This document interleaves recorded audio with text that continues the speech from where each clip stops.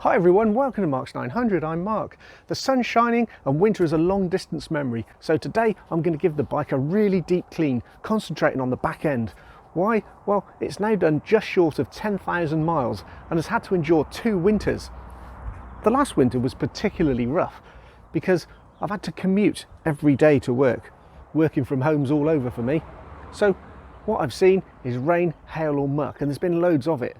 There's been lots and lots of salt on the roads and not actually a lot of snow and ice. So what we've ended up with is a mixture of dirt, water, salt and grease, all of which is really corrosive and has flicked all over the bike into all kinds of places. Now, when I get back from a ride in the winter, I always hose down the bike after every single ride and then I clean it on the weekends. But I know from bitter experience that if I start doing things like taking that rear wheel off, I'm going to find dirt in places where I didn't even know there were places. So let's start stripping this down and finding out where all the hot spots are for the dirt collection that you may not have known about. I've already given the bike a good wash, by which I mean hot soapy water and a sponge for the painted and plastic bits so that you don't scratch it. And then I get into the more difficult areas with a soft brush. After I've done that, I'll give it a hose down with clean water and then wipe it off with the chamois leather to get rid of any watermarks and all that kind of thing.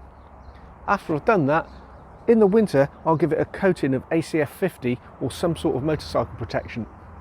Now I've got to say, I use the muck off motorcycle protectant and I really do like the smell of that. It's really nice if you try it.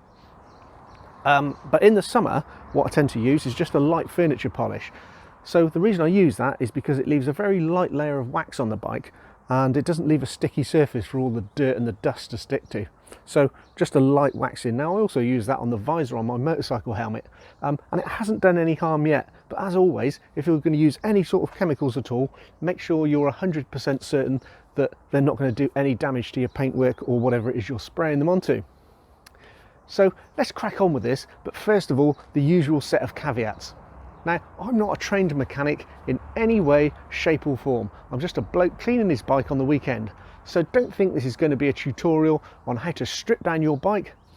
If you're not 100% confident in what you're doing, then don't do it. And also make sure you check the manual before you do anything. It's got a surprisingly good amount of information on things like how to take off the rear wheel, and also stuff like torque settings that you need for all your nuts and bolts. Finally, wear protective gear, and as I said, if you're going to use any chemicals on your bike, don't just take my advice, I've got no idea. Just make sure you do your research and you're 100% certain that whatever you're using isn't going to cause any damage. Right, enough said on all of that, let's go and get some protective gear on, start stripping this down and get on with it. So starting on this side of the bike, I'm going to remove all these shields that go around the exhaust pipe. I think that's pretty much it on this side. And then I'm going to remove the rear hugger, which is also the chain guard. Now this has done a fantastic job, this hugger extender, because it's been stopping all the muck from flicking off the back wheel into the sort of engine bay. But that's going to come off. We're going to see what we can see under there. It'll also give me great access to the chain to clean it. I'm going to get the back wheel off, and I'm going to get the front sprocket cover off. So it's going to be sprocket cover and rear hugger off first, get the chain cleaned, get the back wheel off, and then we'll have a look at it.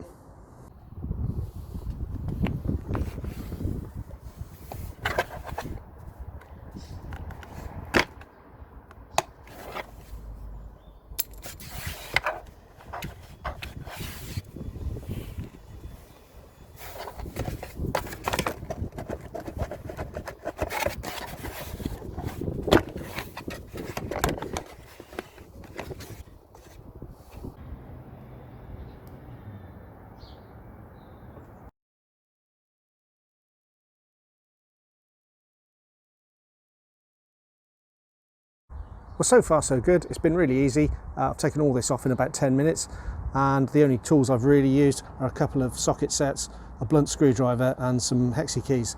So let's have a look at what we've got. I think there's just the general sort of dirt and dust on most of it. This heat shield has got a small crack in it, so I'm going to need to try and replace that at some point.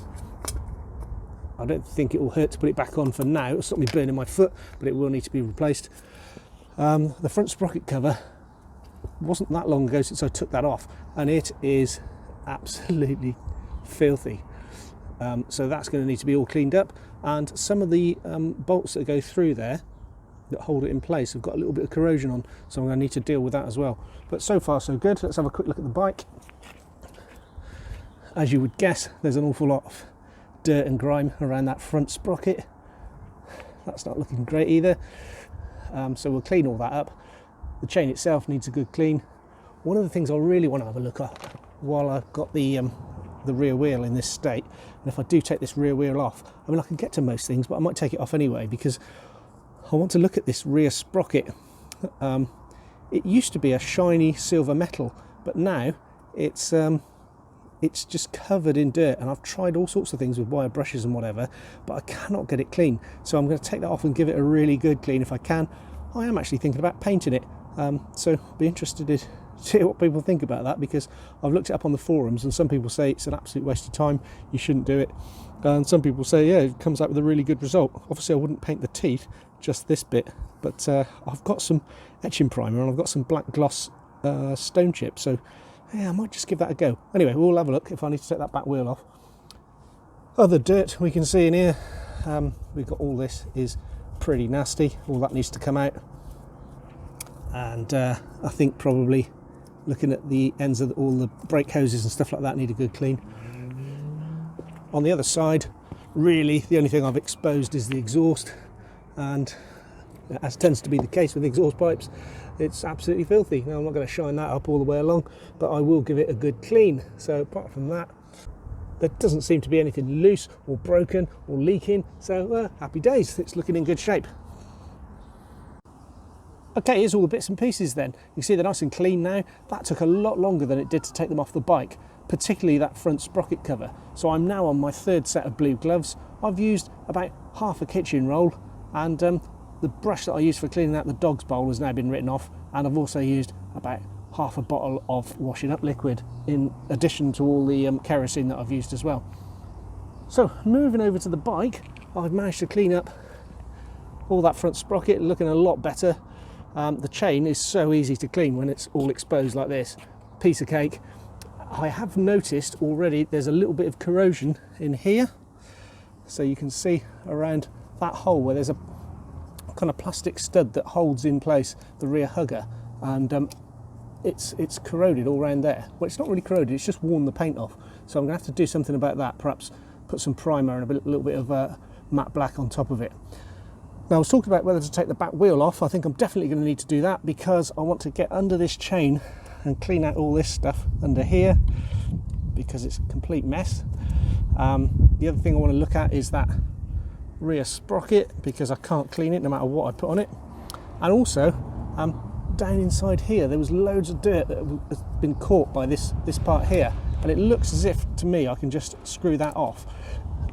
There's a couple of bolts in there, or maybe just even one or two. So if I get the back wheel off, I can have a look at that and then see if I can take that off or not. So that's the next bit, now that we've cleaned up as much as we can. Okay, so the rear wheel is off. That was pretty straightforward, although to be fair, my mate turned up on his bike and he gave me a bit of a hand, which was good, because it would have been a struggle otherwise. I've got to get it back on my own, but so far so good. You can see so much dirt and rubbish on this, and I'm sure there's loads of salt and corrosive stuff in there as well. The exhaust pipe's a bit of a mess, and then I took this rear plate off. It's just a piece of plastic that goes on there to stop the dirt flicking up. 3 bolts that hold that in, and behind it, it is absolutely caked with muck and all kinds of nastiness. So glad I took that off. So I'm going to give all that a good clean up, and then I'll need to work out what to do with this, and then when I've done all that, I'll start putting a few things back together so I don't get lost. And then I need to address this back wheel, and particularly this rear sprocket. Okay, I've finished cleaning this area up now, so there's a few little nuts and bolts that still need a bit of attention, but we'll come to that later on. The main thing I need to worry about is this, which is where you can see all this paint is worn away from the plastic hugger that sits on top of there. I've got through another set of gloves. The other thing is I've scrubbed up the exhaust pipe and the bread box here, which all I did with that, no unusual chemicals were used, it was just hot soapy water, and scrubbed it till it was clean. I've done it all down the sides as well, so the exhaust is looking in a nice clean state now. It's not perfect and there's still little bits of rust and stuff on it, but I'm not going to go and start putting things on to get rid of that. I'll just leave that as it is. Right, there's the finished job on that crossbeam.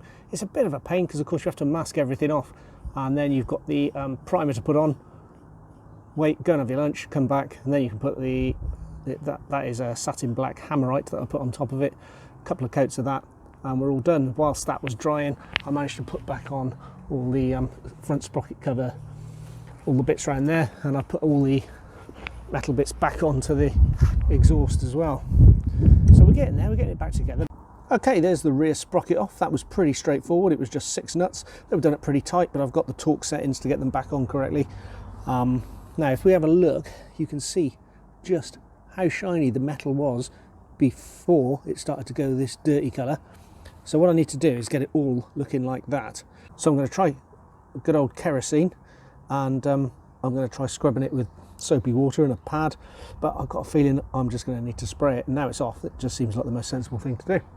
So let's get on with that. Right then, I've used kerosene or paraffin and I've scrubbed it with that. I've scrubbed it with hot soapy water, which seemed to be more effective, and I've also gone over it with like a wire brush on my drill, and it's better, but I still don't think we're quite there, so I am going to paint this one. Now, I know it's slightly contentious. I've actually looked on forums online to see if people are doing things like this, and there seems to be quite a lot of arguments going on about whether this is a good thing to do or not. Well, to my mind, it can't do any harm. I'm not going to get it on the teeth. It's just going to be on the main bit. It's just a cosmetic change. I mean, if it all flakes off and it doesn't work, then so be it. I mean, I could always get a new sprocket, but if I do that, I'll need a new chain, and then I'd need a new front sprocket as well. So I'm just going to have a go at painting it. If it all goes wrong, I'll just replace it. Okay, there we go, priming done. That didn't take long. I just put some duct tape around the outside and then cut it so that I masked off the teeth. I'm only going to do the one side as well. I'm not going to do the other side because that has to mate against the wheel, so I don't want to get paint on that bit. Anyway, that was straightforward. Right, whilst the paint is drying on the rear sprocket, let's have a look at this wheel. So there's loads of dirt around here. There's a little bit of corrosion around these studs as well, so I'll get that cleaned up. And on this part here, it's absolutely filthy, so that's loads of grease and grime on there, and as well as this spacer that goes in there, which has also got quite a lot of dirt on it. So I'm going to get all that cleaned up just while I'm waiting, and then on the other side of the wheel, pretty much the same story, so we just need to get all that cleaned along with the spacer. Here we go then, this rear wheel is now looking lovely. All the old oil and gunk has come off there, it's all been nicely cleaned up. Cleaned all the wheel as well, and I've cleaned all these nuts that hold the rear sprocket on. That was a bit of a job. It took kerosene, hot soapy water and wire wool, and in the end I kind of got there. So they're about as clean as I'm ever going to get them. Gave up on that in the end. And then those are the spacers that go on the rear axle on either side of the wheel, and they've cleaned up quite nicely as well. So really pleased with that. I've just got to get on now, finish painting that sprocket, and I have noticed one other thing that I want to take off. And this is the problem with doing a job like this. You start to notice more things as you strip more off the bike. So what I want to do is take these aluminium collets off and clean them up on either side. And then once I've done that, I'm going to get it all back together.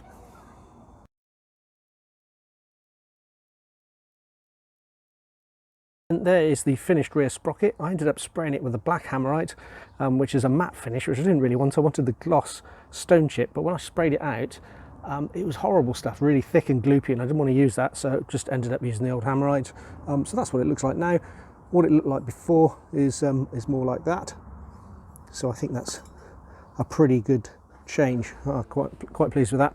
So I've got to get that back on now. I've got to get all the nuts and bolts torqued up, bit of thread lock where it's needed, get everything greased and put back together properly.